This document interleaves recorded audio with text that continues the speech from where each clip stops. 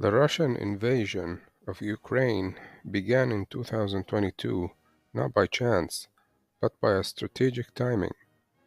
Since 2014 and the annexation of the Crimea Peninsula, the Russians had been hoarding gold in order to prepare themselves for a potential war and invasion of Ukraine and the annexation of the Ukrainian states or part of it.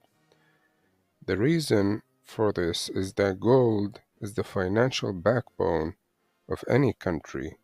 It can provide the necessary resources for the war efforts, and it is unattached or unaffected to the will of other nations and the sanctions that they impose.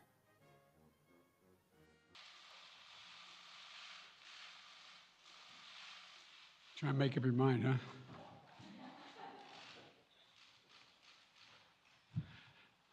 Well, good afternoon. Yesterday, Vladimir Putin recognized two regions of Ukraine as independent states. And he bizarrely asserted that these regions are no longer part of Ukraine and their sovereign territory. To put it simply, Russia just announced that it is carving out a big chunk of Ukraine.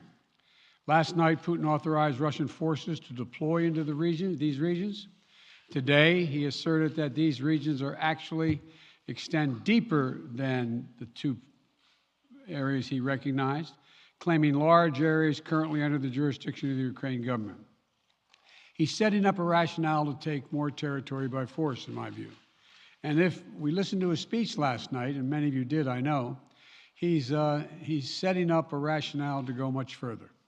This is the beginning of a Russian invasion of Ukraine, as he indicated and asked permission to be able to do from his Duma.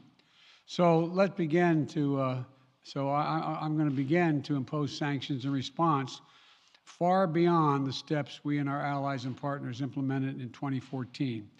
And if Russia goes further with this invasion, we stand prepared to go further as with sanctions.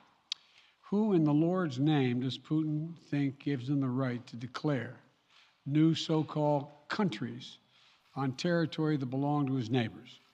This is a flagrant violation of international law. As expected, the West began implementing financial sanctions on Russia, meaning they removed Russia from the money transferring system known as SWIFT transferring. This made it difficult for Russian companies to trade with foreign countries, export and import goods, and also led to the freezing of Russian assets that belonged to Russian companies and Russian officials. Some estimate the frozen assets to be worth $500 billion. However, Russia prepared very well for this day. It has and still does have significant trade relations with major countries such as China, Iran, India, and Brazil. It seems that those trade relations have proven precious, helping Russia stay afloat and continue the war effort for 3 years. What also helped Russia was the fact that its reserve currency was gold and not foreign currencies such as dollars and euros. If they had relied on those currencies, foreign currencies, for trade instead of gold, the sanctions would have crippled them. Russia have learned to hoard gold from the best, from the United States and the United Kingdom. The U.S. Gold Depository at Fort Knox, commonly known as the Gold Vault, or I prefer Gold Fortress, was constructed in the late 30s. During the 1930s, we were in the Great Depression.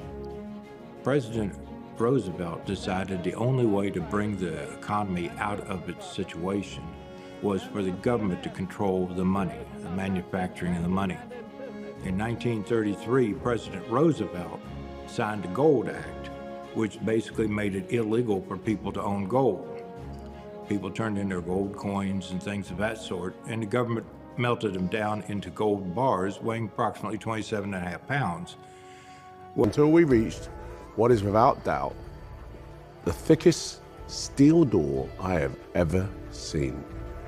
Okay, Sarah, don't worry, I do all my own stunts. It's a pretty heavy door, isn't it? Nah, not really, it's all right. All right, after you. So there you go. Whoa. Your first glimpse of the Bank of England's gold.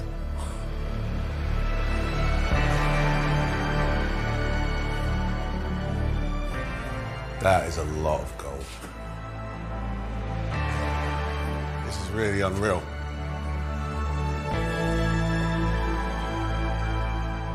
What do you think? That takes your breath away.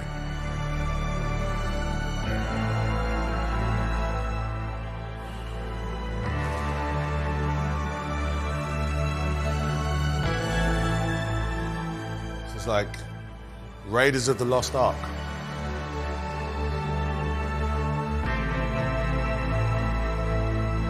About 30% of the world's gold is held in professional vaults just like this. Since 2014, the Russian government had been steadily accumulating gold reserves.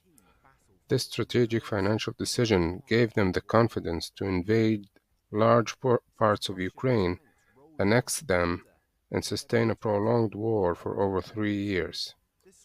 The destruction inflicted on parts of Ukraine had been substantial, and unfortunately, there appears to be no clear ending in sight to the Russian aggression.